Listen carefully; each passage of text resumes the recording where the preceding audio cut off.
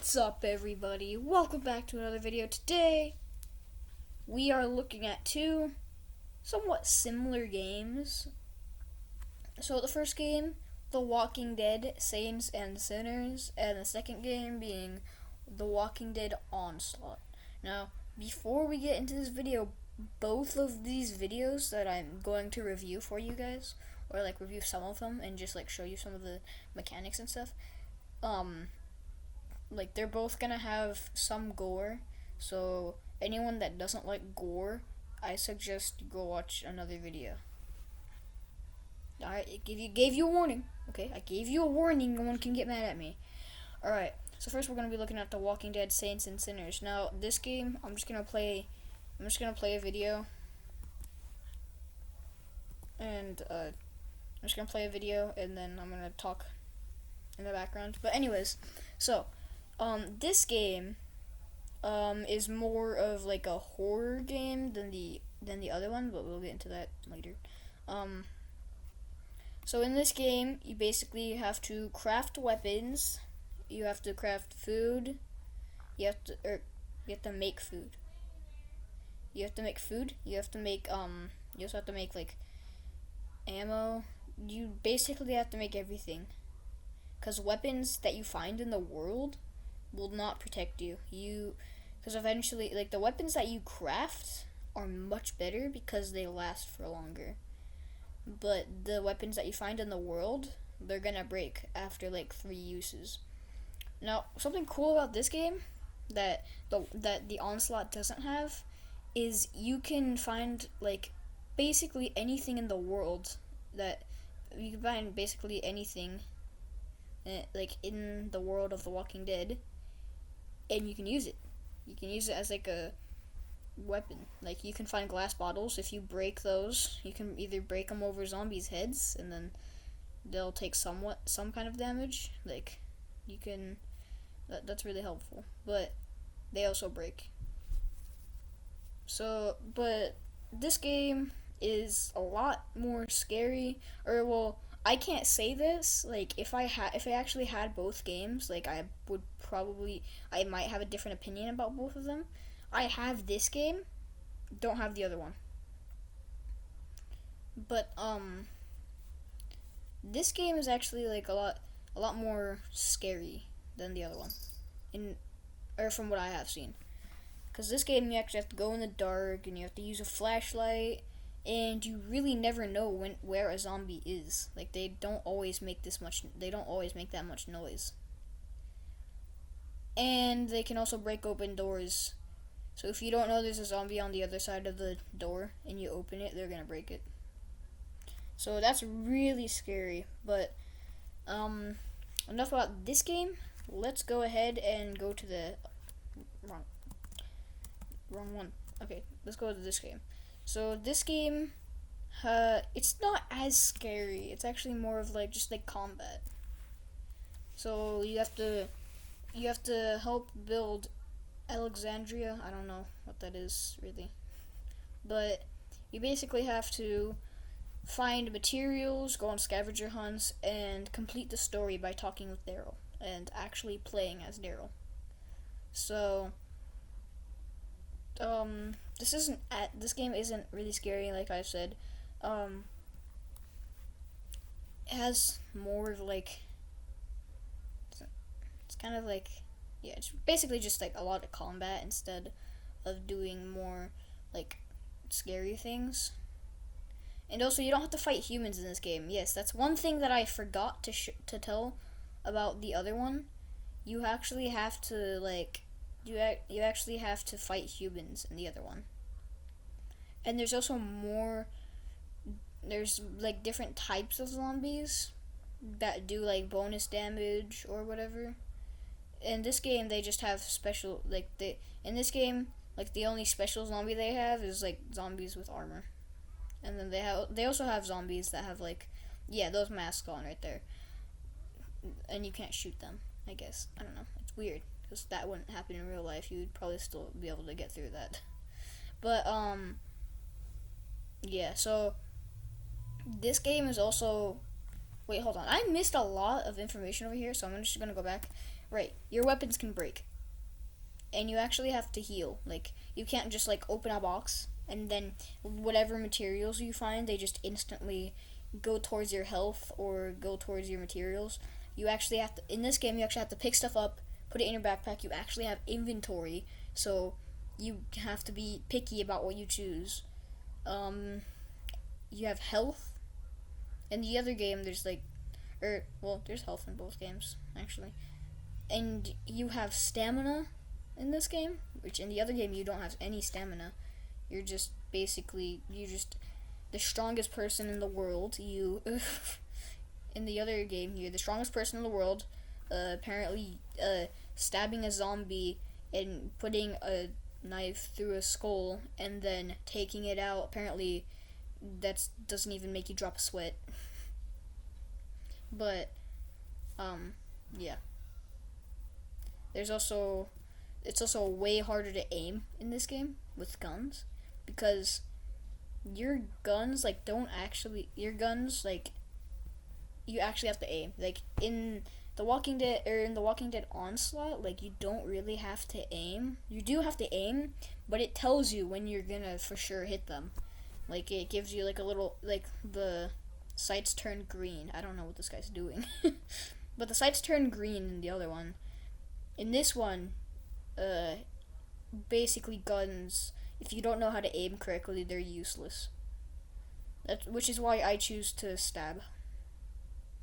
And also there's different kinds of weapons that are a lot more easy to get like in and out because you actually have to work to act like to kill them. You can't just poke them with the littlest bit of force and they die. Like you actually have to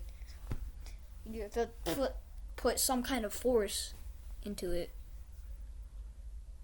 And I know this because I played the game, and I know the other game doesn't because like I've watched multiple people play the other game, and they said that you don't really have to put any force behind your attacks. Like you just poke them, they're dead.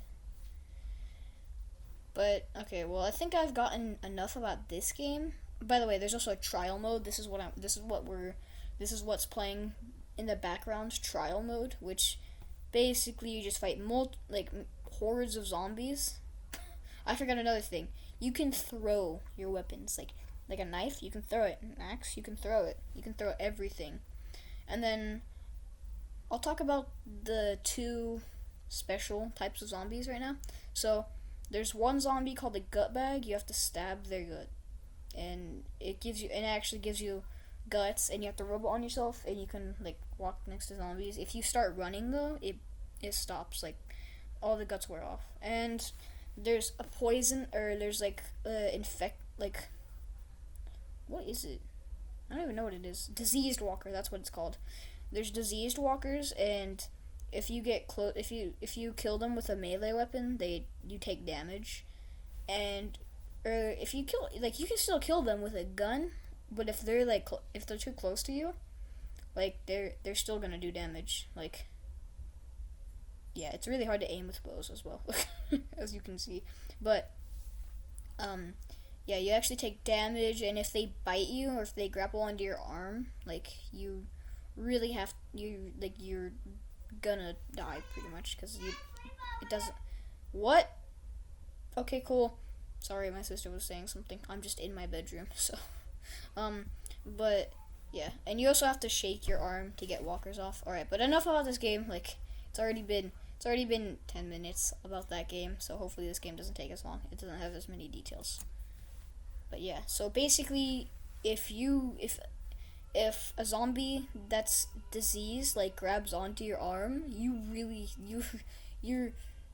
have to work because if they're onto you for more than 5 seconds, you're gonna die because you take bonus damage when they grapple onto you.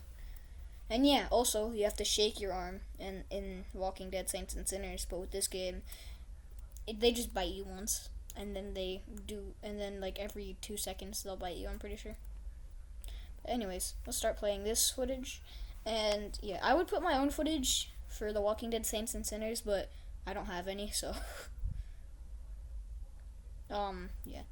Also, so in this game, you can stab zombies as many times or in The Walking Dead Saints and Sinners, you can stab zombies as many times as you want, but if it's not in the head, like, it's not gonna work. Nothing's gonna happen. But in this game, I think if you stab a zombie in the body 3 times, they're dead. With humans in The Walking Dead Saints and Sinners, basically, it doesn't. You can touch them with the knife, like, just barely, and they'll die. Like, if you accidentally do something to them, like, they're just dead. They're just done. But yeah. So this game, your weapons don't break. You just have them there. Like, and also this game used to have like something weird where if you could shoot a zombie 3 times in the head and then they would die. And I keep having these moments of awkward silence because I keep forgetting what to say. But in this game, you also like don't really have like very much space to go. Like, you don't have. It's not like open world. You can't just go you can't go like to the edges of the map. Like you have to stay on the track, or else they're like, hey, you need to come back, and stuff like that. And they also and then it puts on a little timer, and I think you die if you don't. Also, there's a horde in this game as well as The Walking Dead Saints and Sinners. In The Walking Dead Saints and Sinners, you can actually fight back. Like, there's no way of defeating the horde, but you can fight back. So at least you have a chance of actually getting back to your camp. But in this game, the horde is just a red wall, and it doesn't there's not even any zombies in there. Like, unless they're the only zombies that are in there are the zombies that were already the zombies that are already in the area. And you basically just take damage. Like, if you touch the red wall, you're dead. But they continue. You take 5 damage for every second. And yeah, that seems annoying. Yeah, I keep having these moments of awkward silence. I just yeah. Okay then. Well, that's gonna be the end of the video. Hopefully none of you threw up because it's that violent. And the Walking Dead, that's funny, but the Walking Dead Onslaught only took me 3 minutes to go over, and the Walking Dead Saints and Sinners took me 9 minutes because they have that many, they have that many mechanics. And also, I forgot about one mechanic that I wanted to tell you guys about. In The Walking Dead Saints and Sinners, there's actually a thing, and if you talk, if you want to have that on, then you can turn it on, and if you talk, the zombies can actually hear you. And there's also different ways to distract them, like throwing things, but The Walking Dead Onslaught has basically no noise. So yeah, if you enjoyed the video, make sure to leave a like, and I'll probably do more of these if we get 3 likes, because then that helps me identify this video as good. I don't know. Or identify, I don't know if that's the right word. But anyways, yeah, please leave a like on this video if you get 3 likes or whatever, because I don't have very many likes on my videos usually. But anyways, yeah, so 3 likes, and I'll probably do another one. Make sure to leave some suggestions down below if you can, or just go into the public chat. You can go there's a public chat, and if you actually, I might be able to show you. I don't know. Yeah, I might be able to show you. Let me see if I can. Why did it bring me to my page? That's weird.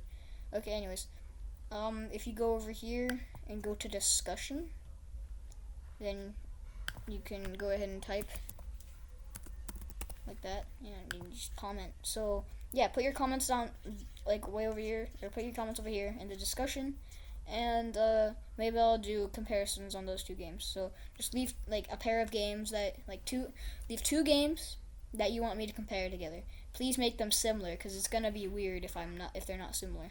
And yeah. So yeah, if you enjoyed, 3 likes, blah blah blah. Please subscribe if you liked, because it's just common sense.